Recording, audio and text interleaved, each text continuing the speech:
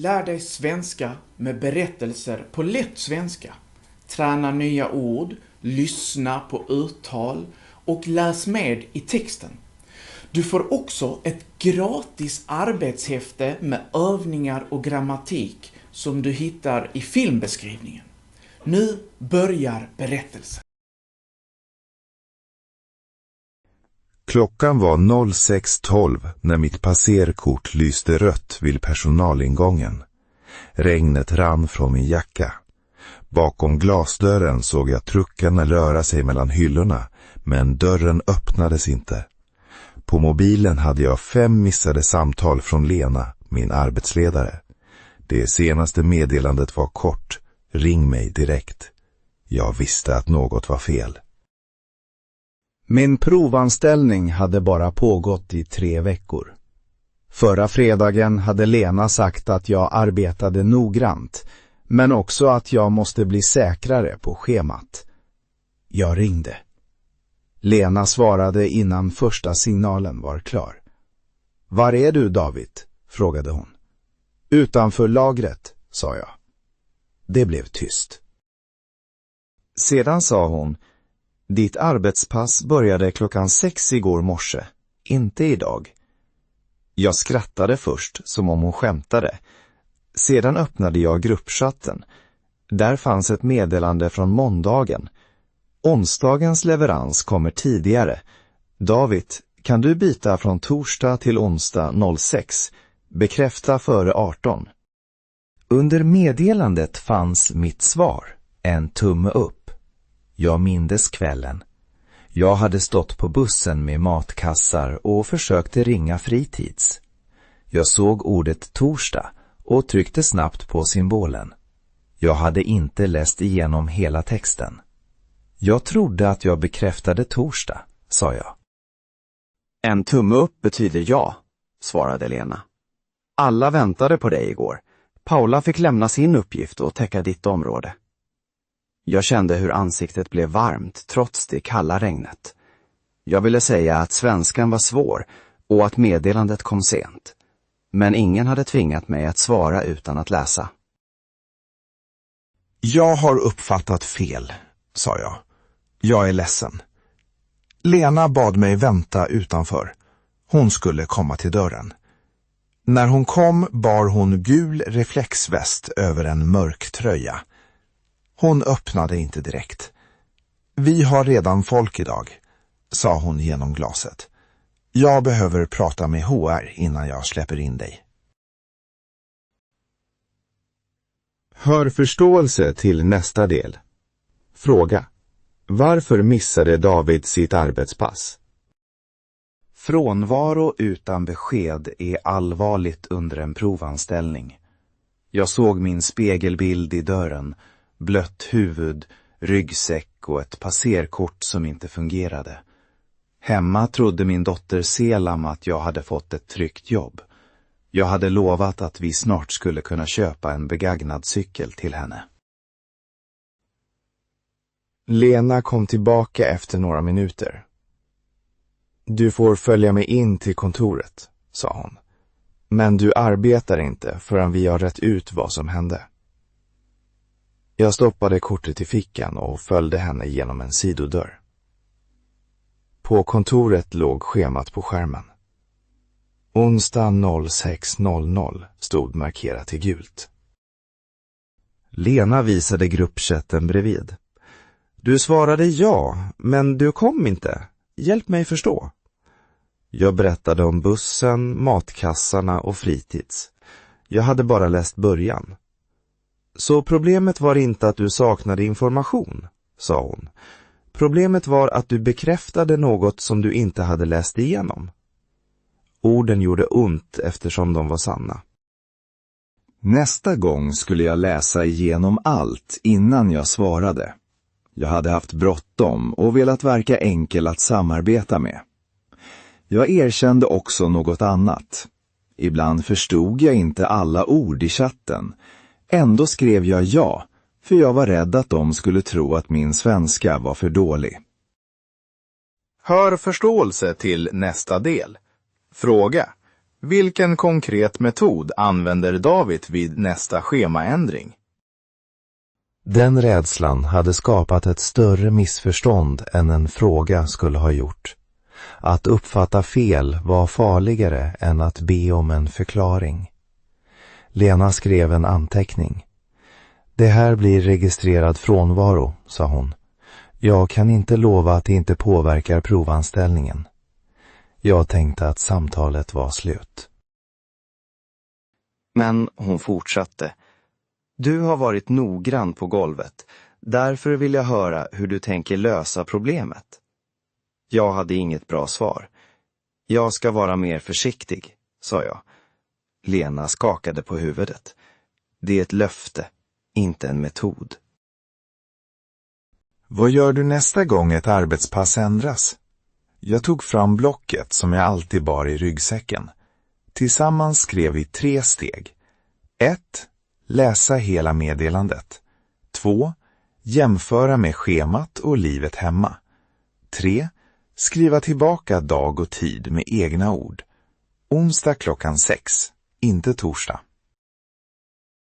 Jag kan komma. Då går det att upptäcka felet direkt. Och om du inte kan? Frågade Lena. Då ska jag höra av mig direkt, sa jag. Rutinen var att höra av sig, inte vänta och hoppas att det löser sig. Hon nickade. Jag fick arbeta resten av dagen, men först tillsammans med Paula. Paula stod vid plockområdet med armarna i kors.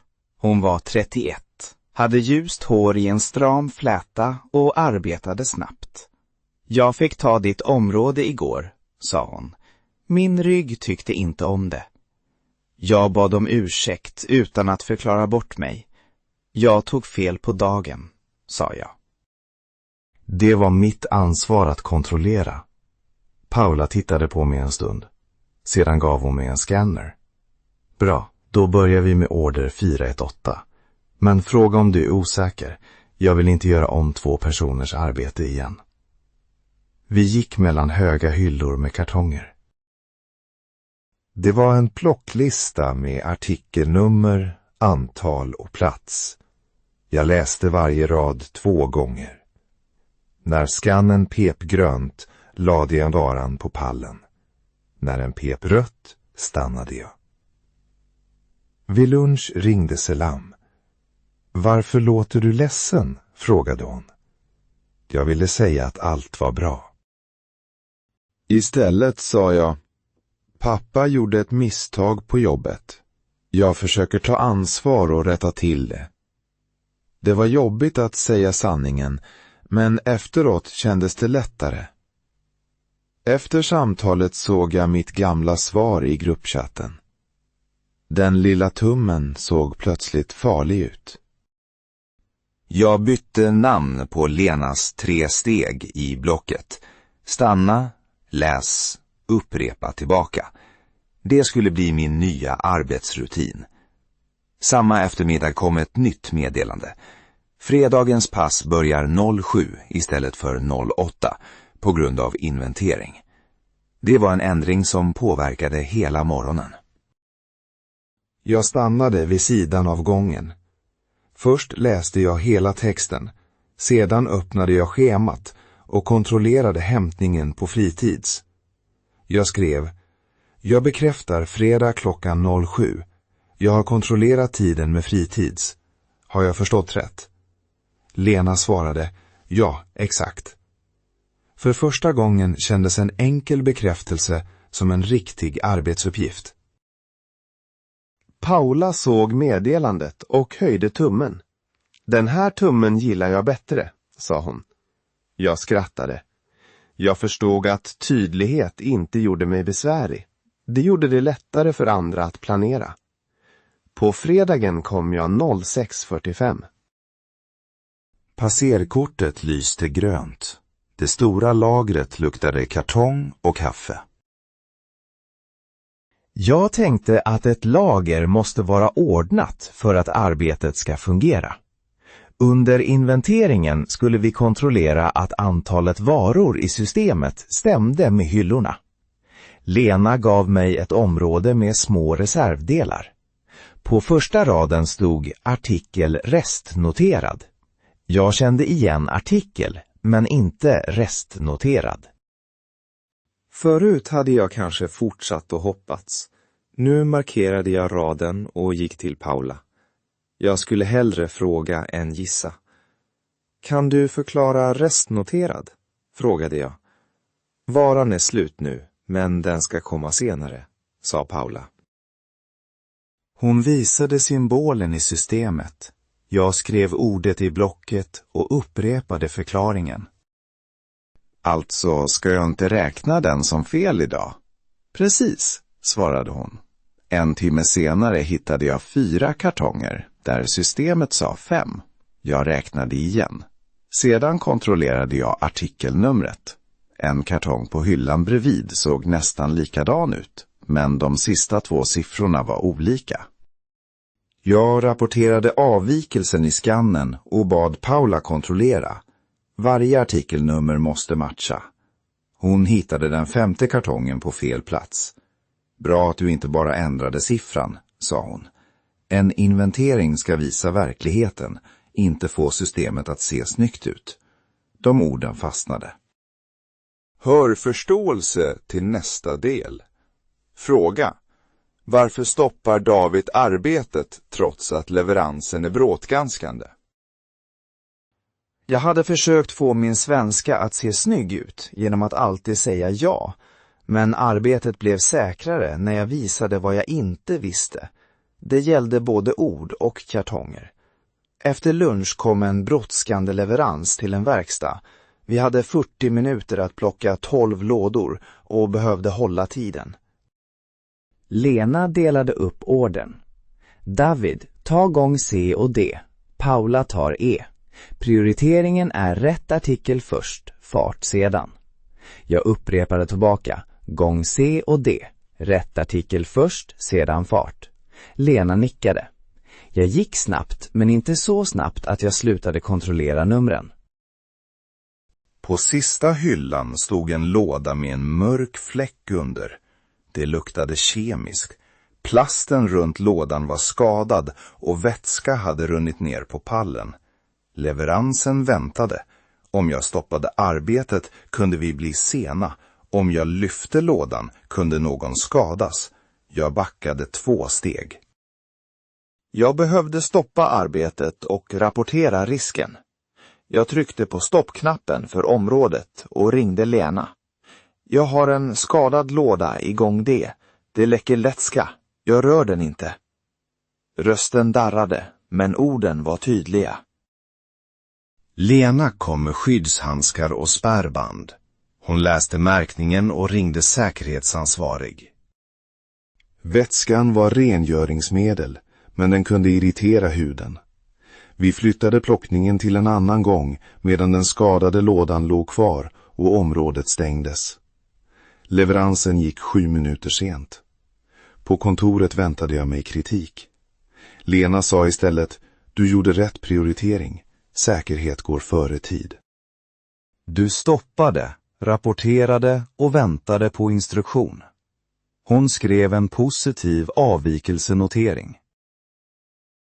Jag var stolt, men problemet med det missade passet var inte borta. På måndagen skulle HR besluta om provanställningen fortsatte. Hela helgen tänkte jag på den röda lampan vid dörren. På lördagskvällen kom ännu ett meddelande från lagret. En kollega var sjuk.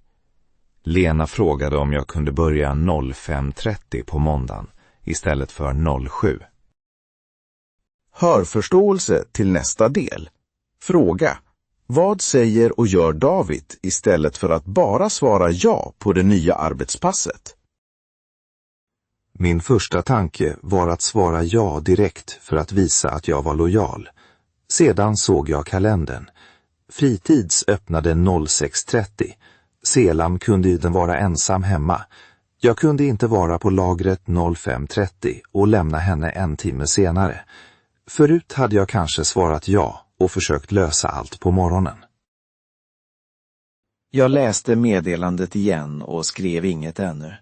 Först ringde jag min syster, men hon arbetade natt. Sedan såg jag att Paula hade kvällspass på måndagen. Jag kunde fråga om vi fick byta pass, men jag ville inte lägga mitt problem på henne. Till slut ringde jag Paula.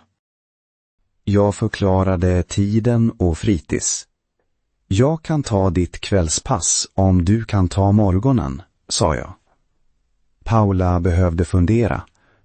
Efter 10 minuter ringde hon tillbaka. Hon ville gärna ha kvällen fri. Vi skrev båda till Lena. Jag skrev: jag kan inte börja 05:30 eftersom fritids öppnar 06:30. Paula och jag vill byta pass. Hon tar måndag 05:30 och jag tar hennes kvällspass 14:00. Kan du godkänna bytet? Lena svarade att bytet var godkänt. Sedan skrev hon: tack för att ni försökte lösa problemet och väntade på godkännande. Jag hade inte sagt ja till allt. Ändå hade jag visat ansvar. På måndagen kom jag 13:40 till kvällspasset. Jag upprepade för Lena: jag arbetar 14:00 till 22:00 idag. Paula tog 05:30 till 13:30. Bytet är godkänt i schemat. Hon visade skärmen. Allt stämde. Jag berättade också varför jag inte kunde ta morgonen. Jag vill vara flexibel, sa jag. Men jag måste kontrollera Selams tider innan jag bekräftar. Lena svarade: det är precis därför vi behöver tydliga svar, inte snabba svar. När HR-mötet började satt Lena bredvid mig. Jag beskrev misstaget utan att skylla på språket.